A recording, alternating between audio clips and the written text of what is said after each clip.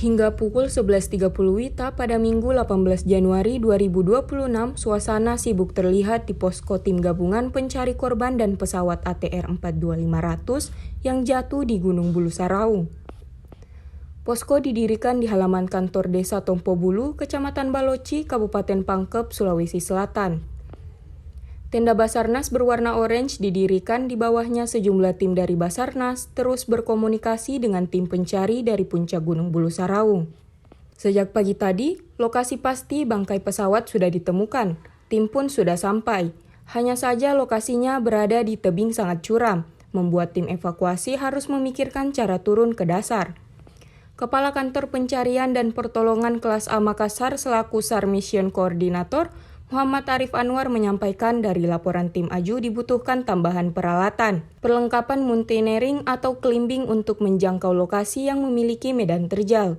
Terdengar laporan dari Handi Talki tim gabungan melaporkan di lokasi jatuhnya, cuaca mendung, berkabut dan jarak pandang hanya 5 meter. Yang jadi perhatian adalah posko DVI Bidokes Polda Sulsel juga sudah menyiapkan sudut tersendiri. 2 lembar terpal berukuran sekira 3 x 4 meter digelar.